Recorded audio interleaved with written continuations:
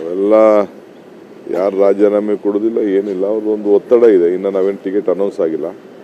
ಇವತ್ತು ಸಾಯಂಕಾಲ ತೀರ್ಮಾನ ಮಾಡ್ತೀವಿ. ಸೊ ಮುಖ್ಯಮಂತ್ರಿಗಳ ಹತ್ರ ನಾನು ಮಾತಾಡಿದ್ದೀನಿ, ದೇವೇಗೌಡರ ಹತ್ರ ಮಾತಾಡಿದ್ದೀನಿ.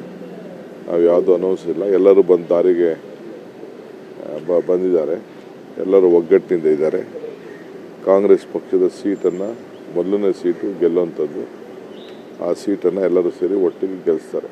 ಯಾರ್ದು ವೈಯಕ್ತಿಕವಾದ ಪ್ರತಿಷ್ಠೆಗೆ ಕಾಂಗ್ರೆಸ್ ಪಕ್ಷ ಅವಕಾಶ ಕೊಡುವುದಿಲ್ಲ. ಇವತ್ತು DK ಸುರೇಶ್ಗೆ ಬಿಫಾರ್ಮ್, ಮೊದಲನೇ ಬಿಫಾರ್ಮ್ ಅವ್ರಿಗೆ ಕೊಡ್ತಾ ಇದ್ದೀನಿ, ಎಫಾರ್ಮ್ ಬಿಫಾರ್ಮ್ನ. ಸೊ ನನ್ನ ನಂಬಿಕೆ ಇರೋಂಥ ಸ್ಥಳಕ್ಕೆ ಹೋಗಿ ಅಲ್ಲಿ ಬಿಫಾರ್ಮ್ ಕೊಟ್ಟು ನಾನು ನಮ್ಮ ಮನೆ ದೇವರು ಕೆಂಕೇರಮ್ಮಂಗೆ ಕಬ್ಬಾಳಮ್ಮಗೆ ಹೋಗಿ, ಆಮೇಲೆ ರಾಮನಗರ ಚಾಮುಂಡಿ ಬೆಟ್ಟಕ್ಕೆ ಹೋಗಿ, ರಾಮನಗರದಲ್ಲಿ ಗೌರವಾನ್ವಿತ ಮುಖ್ಯಮಂತ್ರಿಗಳು ನಾನು ಇಬ್ಬರು ಸೇರಿ ಒಂದು ಸಭೆಯಲ್ಲಿ ಪಾಲ್ಗೊಳ್ತೀವಿ. ಅದಾದಮೇಲೆ ಸುರೇಶ್ ಅವರು ಒಂದು ಸೆಟ್ ಬಿಫಾರ್ಮ್ನ ಅರ್ಜಿನ ಹಾಕ್ತಾರೆ. ಇದು ಇವತ್ತಿನ. ಅವೆಲ್ಲ ಯಾರು ರಾಜೀನಾಮೆ ಕೊಡೋದಿಲ್ಲ, ಏನಿಲ್ಲ, ಅವ್ರದ್ದೊಂದು ಒತ್ತಡ ಇದೆ. ಇನ್ನು ನಾವೇನು ಟಿಕೆಟ್ ಅನೌನ್ಸ್ ಆಗಿಲ್ಲ. ಇವತ್ತು ಸಾಯಂಕಾಲ ತೀರ್ಮಾನ ಮಾಡ್ತೀವಿ. ಸೊ ಮುಖ್ಯಮಂತ್ರಿಗಳ ಹತ್ರ ನಾನು ಮಾತಾಡಿದ್ದೀನಿ, ದೇವೇಗೌಡರ ಹತ್ರ ಮಾತಾಡಿದ್ದೀನಿ. ನಾವು ಯಾವುದೂ ಅನೌನ್ಸ್ ಇಲ್ಲ. ಎಲ್ಲರೂ ಬಂದು ದಾರಿಗೆ ಬಂದಿದ್ದಾರೆ. ಎಲ್ಲರೂ ಒಗ್ಗಟ್ಟಿನಿಂದ ಇದ್ದಾರೆ.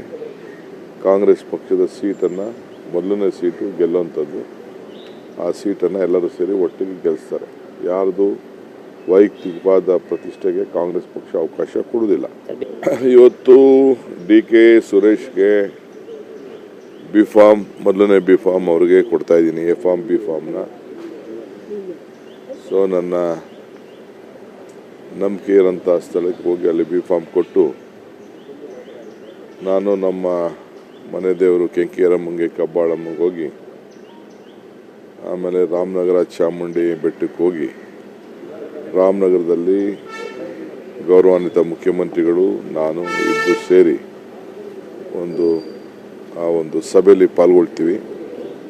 ಅದಾದಮೇಲೆ ಸುರೇಶ್ ಅವರು ಒಂದು ಸೆಟ್ ಬಿಫಾರ್ಮ್ನ ಅರ್ಜಿನ ಹಾಕ್ತಾರೆ. ಇದು ಇವತ್ತಿನ ಕಾರ್ಯಕ್ರಮ.